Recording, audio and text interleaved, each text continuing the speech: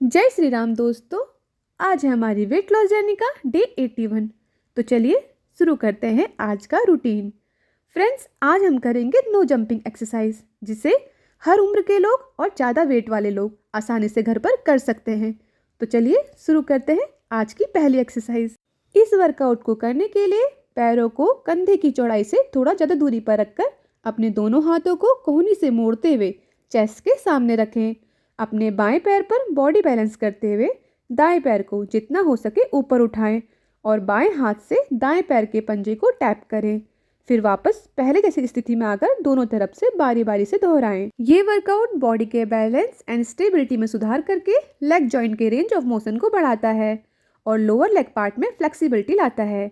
ये leg, ankle and lower leg muscle के बीच बेहतर कोऑर्डिनेशन बनाता है और बॉडी में ब्लड सर्कुलेशन को तेज करता है। नंबर 2, इस वर्कआउट को करने के लिए पैरों को हिप्स के बराबर की दूरी पर रखकर सीधे खड़े हो जाएं और अपने दोनों हाथों को कोहनी से मोड़कर सामने की ओर रखें। धीरे धीरे अपने दाएं पैर को पीछे की तरफ स्ट्रेच करें। उस दौरान बायां पैर अपनी जगह पर सीधा रखें और हाथों को सामने से खोलते हुए पीछे की ओर ले जाएं। फिर वापस पहले जैसी स्थिति में आकर दोनों पैरों से बारी बारी से दोहराएं। इस एक्सरसाइज को रेगुलर करने से खराब पोस्चर ठीक करने और स्पाइन बोन को सीधा रखने में बहुत हेल्प मिलती है, जिससे बैक पेन में बहुत रिलीफ मिलता है। ये कोर मसल को एक्टिव करके बॉडी में बैलेंस एंड स्टेबिलिटी को बेहतर करता है। नंबर 3, इस वर्कआउट को करने के लिए दोनों पैरों को एक साथ रखते हुए सीधे खड़े हो जाएं और अपने हाथों को कंधे के बगल में फैला कर रखें। अब अपने दाएं पैर से दाईं ओर एक बड़ा स्टेप लें और अपने दोनों हाथों को सर के ऊपर नमस्ते की मुद्रा में ले जाएं। फिर वापस पहले जैसी स्थिति में आकर अपने बाएं पैर से भी इसी प्रोसेस को करें और बारी बारी दोनों पैरों से दोहराएं। ये एक कार्डियोवैस्कुलर वर्कआउट है जो कैलोरी जलाने में और वजन घटाने में बहुत हेल्प करता है। रेगुलर प्रैक्टिस से बॉडी की फ्लेक्सिबिलिटी बनी रहती है और मसल्स पेन में बहुत रिलीफ मिलता है। ये एक्सरसाइज आपके hips, glutes and thigh muscle को टारगेट करता है, जिससे लोअर बॉडी की स्ट्रेंथ बढ़ती है। नंबर 4, इस वर्कआउट के लिए पैरों को कंधे के बराबर की दूरी पर रखकर सीधे खड़े हो जाएं। फिर अपने दाएं पैर से एक बड़ा कदम पीछे की ओर ले जाएं और अपने बाएं पैर के घुटने को थोड़ा सा मोड़ें। पैर को पीछे ले जाते समय अपने दोनों हाथों को कंधे से सीधे ऊपर की ओर रखें। फिर वापस पहले जैसी स्थिति में आकर दोनों पैरों से बारी बारी दोहराएं। ये workout glutes, hamstring and calf muscle को टारगेट करता है और उन्हें स्ट्रॉन्ग बनाता है। ये लोअर बैक पार्ट मसल को स्ट्रेंथन करके उनकी फ्लेक्सिबिलिटी एंड मोबिलिटी को बढ़ाकर बैक पेन में आराम देता है। ये कैलोरी को तेजी से बर्न करता है और वेट लॉस की प्रोसेस को ईजी बना देता है। नंबर 5, इस वर्कआउट के लिए पैरों को हिप्स के बराबर की दूरी पर रखकर सीधे खड़े हो जाएं और हाथों को कोहनी से मोड़ते हुए अपने कंधों पर रखें। स्पाइन बोन को सीधा रखते हुए अपने दाएं घुटने को मोड़कर जितना हो सके ऊपर की ओर उठाएं और बैलेंस बनाते हुए अपने हाथों को सर के ऊपर सीधा रखें। फिर वापस पहले जैसी स्थिति में आकर बाएं पैर से भी इसी प्रक्रिया को करें और बारी बारी से दोनों पैरों से दोहराएं। फुल बॉडी की फिटनेस के लिए ये एक बेहतरीन एक्सरसाइज है।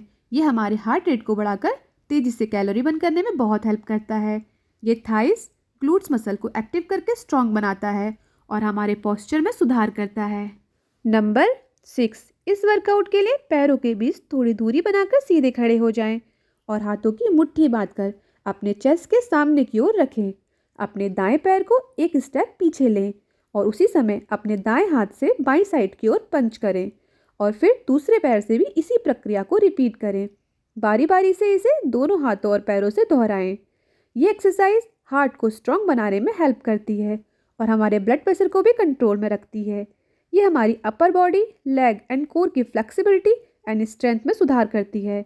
ये कैलोरी को तेज़ी से बर्न करके हमारे वेट लॉस की प्रोसेस को तेज बनाती है।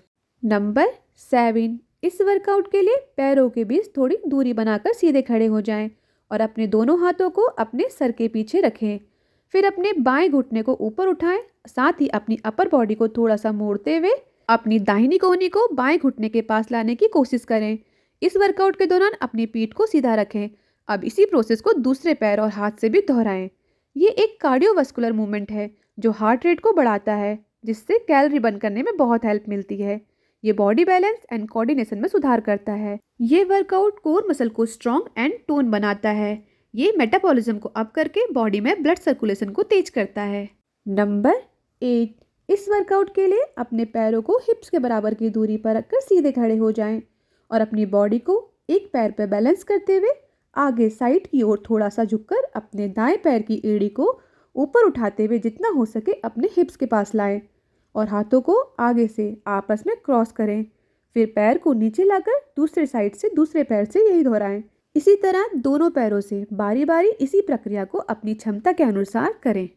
ये एक कार्डियो वर्कआउट है जो आपकी लोअर बॉडी मसल को एक्टिव करके स्ट्रॉन्ग बनाता है और बॉडी बैलेंस एंड पोस्चर को बेहतर करता है। ये आपके हार्ट रेट को बढ़ाकर हार्ट की हेल्थ में सुधार करता है। आज का वर्कआउट यही कंप्लीट करते हैं। अब चलिए चलते हैं घर की ओर। फ्रेंड्स, चाहे लोग कुछ भी कहें पर कभी भी आप ये मत सोचिए कि अब आपकी उम्र बहुत ज़्यादा हो गई है इसलिए आप एक्सरसाइज नहीं कर सकते या आपका वजन अब बहुत ज़्यादा है, बहुत मुश्किल होगी, क्योंकि अपने आप को कमज़ोर समझना बहुत बड़ी गलती है। आपकी ताकत आपकी सोच है, जैसा सोचेंगे वैसा ही बनेंगे। इसलिए एक्सरसाइज के साथ घर का हेल्थी खाना खाइए और स्वस्थ रहिए। ब्लॉग पसंद आए तो please like, subscribe and share. Thank you.